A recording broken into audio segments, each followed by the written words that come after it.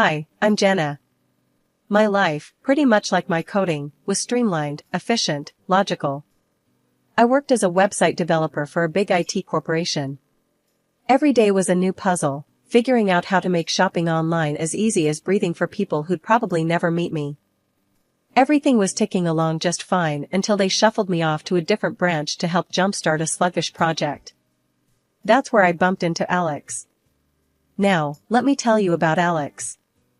He was like a whirlwind, always buzzing around, full of ideas, and always ready to grab everyone's attention in the room. I remember the first time we really talked. It was by the coffee machine, that old sputtering beast that was the unofficial meeting spot in the office. I was trying to figure out why it hated me when he sauntered over. Struggling? He had this smirk, like he knew exactly how annoying that machine was. Yeah, this thing is a beast, I replied, smacking it lightly. They say you gotta sweet-talk it, Alex said, winking. He picked up the sugar packets, shaking them like he was about to perform a magic trick. Or bribe it. Finally, coffee machine hissed and sputtered out my much-needed coffee. We laughed, and that's how it started. Simple. Over cups of terrible coffee, we started chatting about work, then movies, music, and everything in between. Alex wasn't just talk, though. The guy had ambition that could light up a city. He was in software development, always juggling half a dozen projects, each more complex than the last. A few weeks in, he asked me out. Not in a sweet, shy way. Oh no, Alex wasn't about that. So, Jenna, when are you gonna let me take you out? I promise an evening not as bitter as this office coffee, he'd thrown down, grinning over his mug. Dating him was a whirlwind. He was passionate, always pushing boundaries, making plans. We hit off so well that when it was time for me to head back to my old department, the thought of not seeing him every day was a downer. But we made it work. Long calls, weekend visits, and constant messaging filled the gaps until he proposed a year later. It was as direct as our first date invite. I laughed, cried a bit, and said yes. Soon, I met Alex's mother, Judith, a warm and inviting woman who welcomed me with open arms. Our connection was instant, bonded over Sunday dinners and shared stories of Alex as a cheeky child. The wedding was modest but beautiful, held in a small garden with our closest friends and family. It was perfect, filled with laughter, good food, and dancing under string lights. After our wedding, Alex moved into my apartment. It felt like the start of something wonderful, with every evening a chance to dream together. Life with Alex was never dull. We'd spend our weekdays buried in work, me at my corporation, and him at his buzzing tech startup. When the weekend rolled around, we'd switch off our work modes. Sometimes, we'd just kick back at home, or we'd head over to his mom's place. It was on one of those lazy Sunday afternoons at Judith's, when Alex first brought up his big idea. We were lounging in her sunlit living room, Judith fussing around with some tea and cookies. Mom, Jenna, I've been thinking, Alex began, his eyes lighting up the way they did when he was onto something big. What if we started our own thing? A platform for manufacturers to sell their products directly to customers. I remember looking over at Judith, who just shrugged as if to say, he's your husband, you deal with it.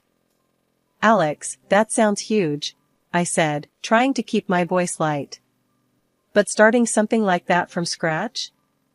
It's a lot of money, a lot of risk. But think about the potential, Jen. We could build something amazing, all our own, he pressed, his enthusiasm bubbling over. I loved his passion, really, I did. But practicality was screaming in my ear. I know, love, but we need a solid plan. It's not just about having the idea, it's about making it work financially. Judith nodded, handing us our tea with a cautious smile. Alex leaned forward, his hands animated as he spoke. I've already looked into it. We can take out a loan, get started with a small team. I've even got some contacts ready to jump on board as soon as we say go. I took a deep breath, the weight of his expectations pressing down on me. Alex, starting a business on a loan is risky. What if it doesn't pan out? We'd be left with nothing but debt. Judith put a comforting hand on my shoulder, giving me a supportive squeeze. Alex shook his head, dismissing my concerns with a wave of his hand. Sometimes you gotta take risks, Jen. No guts, no glory, right? I tried a different angle, hoping to get through to him. Look at all the successful platforms we know. They were built by teams, by corporations with deep pockets. We're just two people. But that's how the big players started, babe. In garages, at kitchen tables. We could be like them, and we don't have to quit our jobs right away. I'll go first, get it off the ground. The conversation went round in circles for hours. In the end, Alex did what he always did when he had set his mind on something. He charged ahead. The next thing I knew, he'd quit his job, taken out a loan, and rented a small office space. He was all in, expecting me to follow. When he told me what he'd done, my heart sank. Alex, this is too fast. We should have planned more, saved more. He was unpacking a box of his belongings in the new office, not even looking at me as he spoke. I thought you'd be happy, Jen. I thought you'd be proud. Despite his confidence, I didn't quit my job. I couldn't. The thought of both of us floating without a safety net was terrifying. Alex saw it as distrust, a lack of faith in his vision. I saw it as being the only thing that might keep us from drowning. Alex's new office was buzzing with activity by the time I swung by one evening after my own long day at work. He'd rented a sleek, glass-fronted space downtown, filled it with the latest tech, and hired a team faster than you could say startup. As I walked through the door, the first person to greet me wasn't Alex, but his new secretary, Lisa, a young woman with a bright smile. "Hi, you must be Jenna. Alex has told us so much about you," she said, her voice as polished as the apple she was polishing on her blouse. "Yeah, that's me. Nice to meet you, Lisa," I replied, my tone hiding the churn of discomfort in my stomach. I glanced around, taking in the rows of busy desks, the oversized motivational posters screaming, "Think big." It felt more like a Silicon Valley scene than a modest startup. Alex spotted me from his office and waved me in. He was leaning back in his chair like a CEO from some glossy magazine shoot, grinning from ear to ear. "Jen, what do you think? We're really kicking off here," he exclaimed as I entered. "It's impressive, Alex. But aren't you scaling up too fast?" I frowned, looking around at all the new equipment and employees. "Babe, to make money, you gotta spend money.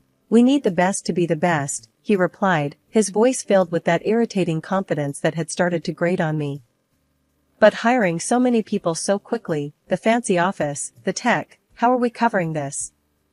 I pressed, trying to keep my voice steady. Alex strutted from his desk, sweeping his hand through the air as if brushing away my concerns. "Investments, Jen. You gotta spend big to catch the big fish. We're hosting a launch dinner next week, going to dazzle them with our vision." The dinner he was talking about turned out to be at one of the fanciest places in town. He'd even had glossy business cards made up, heavy and embossed with gold detailing, which he handed out to anyone who looked remotely interested in his pitch. Watching him work the room was like watching a play, every gesture calculated, every smile timed to perfection. As the evening wound down, I pulled him aside, my worry turning into frustration. "Alex, this isn't sustainable. We should be careful with expenses until we actually start earning." Alex's face hardened, his smile slipping away. "Jen, you really need to start seeing the bigger picture. This is how the successful do it. You think rich, you live rich, you become rich. That's the mindset we need. But real success doesn't just come from acting the part," I argued, feeling my temper rise. He laughed, a short, humorless sound. "And what would you know about that? No offense, Jen, but I'm making something great here.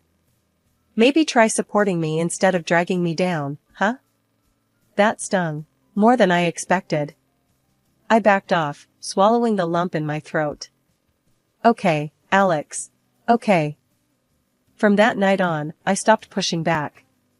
I just helped out where I could, taking on tasks for the business in the evenings after my day job. It was clear that Alex didn't just want to create something lasting, he wanted the lifestyle, the status. A year into this grand venture of Alex's, the cracks in his ambitious facade had widened into gaping holes. The once bustling office was quieter now, the energy dimmed. Only a couple of tech specialists and Lisa, the secretary, were left. The rest had been let go one by one as the money drained like sand through fingers. I came home one evening to find Alex pacing in the living room, his face drawn, eyes flicking up to meet mine with a mix of defiance and desperation. "Jen, we need to pump more money into the business. It's just a tough phase, it'll pass." He started off before I could even set down my keys. I sighed, dropping my bag onto the couch. "Alex, we've been at this tough phase for over a year. How much more can we afford to lose? Maybe it's time to think about winding down." He rounded on me, his voice sharp and loud. "Quit? You just don't get it, do you? You're too comfortable being a slave to your paycheck, too scared to really live free." His words stung, slashing through the tense air between us. "A slave? Really, Alex? Is that what you think of me? Someone trying to keep us afloat while you play billionaire on borrowed dimes?" I shot back, anger flaring. He didn't respond, just stormed out of the room, the slam of the door echoing like a gunshot. 6 months later, things hadn't improved. They'd gotten worse. One afternoon, I came home to find the driveway empty. He'd sold our family car, our only car, to fund another desperate attempt to save his sinking ship. He greeted me at the door with a sheepish look, almost like he knew he'd crossed a line. "Jen, I had to. We needed the cash. I'll get it back, I promise," he said quickly, as if rushing to fill the silence before I could react. I just shook my head, too tired to argue anymore. "Alex, where does it end? You sold our car without even talking to me about it. What's next?" He shrugged, a hollow, defeated gesture. "Whatever it takes." From then on, I pulled double duty. My paycheck covered our rent, the groceries, and every little expense in between while Alex's dreams sucked up everything else. Every night, I'd lie awake, the weight of our world on my shoulders, listening to the silence of the apartment. It was like living with a ghost, a shadow of the man I married. It was a sunny Tuesday morning when my phone rang. Glancing at the caller ID, I saw it was Judith, Alex's mom. The tremor in her voice when I answered set my heart racing. "Jenna, darling, I hate to bother you, but I've got these people here, these creditors, and they're talking about taking the house. They say Alex put it up as collateral." "What's going on?" I froze, the phone nearly slipping from my grasp. "What? No, that can't be right, Judith. Let me handle this. I'll call you back soon." I hung up, my mind spinning. Alex had promised no more risks after the car incident. I waited all day for him to come home, rehearsing what I would say, how I would stay calm. But when he walked through the door, looking tired and disheveled, all my plans fell apart. "Alex, did you mortgage your mom's house for a loan?" I blurted out, unable to contain my anxiety. He tossed his keys on the table, avoiding my gaze. "Yeah, I did. We needed the cash flow to keep the business alive. It's going to pay off, Jen, you'll see." "How could you gamble with your mom's home?" I exclaimed, feeling my temper rise as my voice cracked with emotion. "It's not a big deal, Jen. This is how business works. You invest big, you win big. We're on the brink of something huge here," he argued, his voice firm, almost rehearsed. "But what about your mom? Where is she supposed to go?" My words were sharp, cutting through the air between us. Alex shrugged, a casual, heartless gesture that made me flinch. "She won't have to go anywhere. It's all legal stuff, nobody's going to throw an old lady out on the street. Plus, our state has mild winters, she'll manage if it comes to that." The ease with which he dismissed the gravity of the situation horrified me. That night, I couldn't sleep, tormented by the image of Judith, homeless because of us, because of a gamble Alex chose to take. The next morning, I made a decision. I went to my parents' house, seeking refuge and advice. My father, a seasoned investor who'd always been wary of Alex's rash decisions, greeted me with concern. "Jenna, what's wrong? You look troubled," he said, guiding me to the living room. I took a deep breath, steadying myself. "Dad, I need to borrow some money to pay off the loan on Judith's house. Alex put it up as collateral without telling anyone, and now it's at risk." There was a pause, then a heavy sigh. "Jenna, I'll help because it's Judith, but you need to think hard about your marriage. Is this the life you want? Constantly cleaning up financial messes?" As I lay in bed at my parents' house that night, the reality of my father's words echoed in my mind. Alex had crossed a line, involving his own mother in his reckless schemes, showing a side of him I could hardly recognize. 3 days later, I returned home, my mind a chaotic mix of relief and unresolved tension. However, as I tried my key in the lock, it wouldn't turn. Confused and frustrated, I jiggled the key harder, thinking the lock was jammed. Nothing worked. With a sinking feeling, I dialed Alex's number, but it went straight to voicemail. With nowhere else to go, I headed to Judith's house, hoping to at least bring her some good news.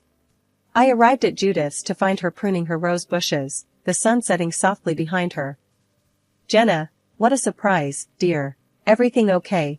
she called out, wiping her hands on her apron. "Hi, Judith. I have some news. My dad agreed to help with the loan. You won't lose the house," I said, managing a small smile. Her eyes welled up as she hurried over and enveloped me in a warm hug, her relief palpable. "Oh, Jenna, thank you. I don't know what I'd do without you. You're an angel."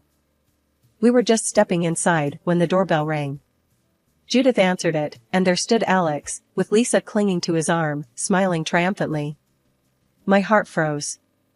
"Alex? What are you doing here?" I stammered, confusion and dread mingling in my chest.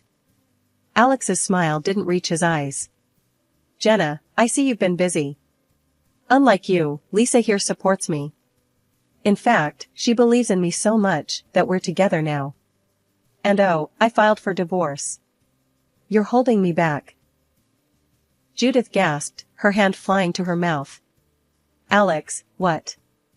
"And there's more," Alex continued, pulling out some papers from his jacket. "I sold your apartment. Needed the money for the business. We'll be living here with Mom. You should find somewhere else to stay." The papers felt heavy in my hand. Divorce papers. Sale documents. My life, reduced to a few sheets of cold, legal prose. "You sold our home? How could you?" I whispered, my voice breaking. Lisa sneered, clinging tighter to Alex. "Because we're going places, Jenna. And you're just dead weight." Judith's face reddened with anger. She grabbed a nearby kitchen towel and attacked Alex and Lisa with it. "Get out. I'm ashamed of you, Alex. How dare you treat Jenna like this?" Alex and Lisa were screaming as they dodged Judith and the towel, and I was looking at this surreal scene with mixed feelings. As Judith was out of breath and stopped, Alex straightened his clothes and turned to a tearful Lisa with a wry grin. "Let's go. We don't need this." Before he could leave, Judith turned to me, her eyes fierce with resolve. "Jenna, dear, I'm signing this house over to you. You saved it. It's yours." Alex stopped in his tracks, his face a mask of disbelief. "Mom, you can't." "I can, and I will. Now get out. Take your friend and leave my house." The door slammed behind them, leaving a stunned silence. Judith turned to me, her expression softening. "Stay here, Jenna. As long as you need." After the betrayal and upheaval of the last few days, I was emotionally drained but determined to set things right. Following my father's advice, I met with a lawyer he recommended, a sharp, no-nonsense woman named Ms. Thompson. Over coffee in her stark, uncluttered office, we laid out the details of my case against Alex. "So, he sold the apartment without your consent?" Ms. Thompson asked, her pen poised over her notepad. "Yes, and probably forged my signature to do it," I replied, feeling a mix of anger and disbelief as I handed her the fraudulent documents. Ms. Thompson's eyes narrowed. We'll take this to court. I'll file for the immediate reversal of the sale and push for a fraud charge. The legal wheels turned faster than I expected. In court, Alex's facade of confidence crumbled under the weight of evidence. When confronted with the forgery, he had no defense. Your Honor, I was just trying to save my business, Alex stammered, avoiding my gaze. The judge was unmoved. You committed fraud, Mr. Carter. This court sentences you to probation and prohibits you from holding any senior management position in any company. Let this be a lesson in responsibility. Meanwhile, Judith, with Ms. Thompson's help, proved that Alex had taken the loan against her house without her knowledge or consent. The judge ordered Alex to compensate his mother for the emotional and financial distress caused. Outside the courtroom, as the final divorce proceedings took place, Alex's desperation was palpable. Jenna, please, don't ask for any more money. I'm ruined, he pleaded, his voice barely above a whisper. I looked at him, the man I once loved, now just a stranger driven by greed. I don't want your money, Alex. But you will replace my car, the one you sold without asking me. A couple of months later, his business, now hopelessly in debt, crumbled without his mismanagement to sustain it. Lisa left as soon as the reality of his financial situation hit home. Alone and barred from any significant corporate role, Alex was a broken man. But that was no longer my concern. With the legal battles behind me, I returned to the apartment that was once again legally mine. One afternoon, as I arranged books on a new shelf, the doorbell rang. It was the delivery of the new car Alex had bought me, a sleek, reliable model that was everything the old one had been and more. I signed off on the paperwork, the final tie to my old life with Alex severed. After the whirlwind of betrayal and legal battles, life settled into a new, steadier rhythm. My days were filled with the familiar comforts of my job. Each project and code line I crafted at work reminded me why I had clung to this stability, why it was so crucial not to leap blindly into Alex's fantasies. My salary, once stretched to cover his debts, now afforded me small luxuries and peace of mind. Every so often, I caught snippets of Alex's new life. He was doing physical labor now, something vastly different from the suits and boardrooms he had aspired to dominate. It was hard work, paying off the mountains of debt he had accumulated through his reckless ambitions. I felt a twinge of something, pity, perhaps, or just relief, that it was no longer my disaster to manage. Despite everything, Judith and I remained close. Our bond, forged in the fire of Alex's deceit, had only strengthened. She often joked, "You got rid of the worst part of our family and kept the best," during our weekly coffee meetups. Her laughter was a balm to the still tender parts of my heart. One breezy Saturday afternoon, we sat in her garden, the late spring blooms a burst of color against the green. Judith had just come back from her lawyer's office, a stack of papers in hand. "Jenna, I've made it official," she said, handing me a document. "The house will be yours one day. Not that I'm planning on going anywhere anytime soon." I took the papers, a lump forming in my throat. "Judith, you don't have to do this.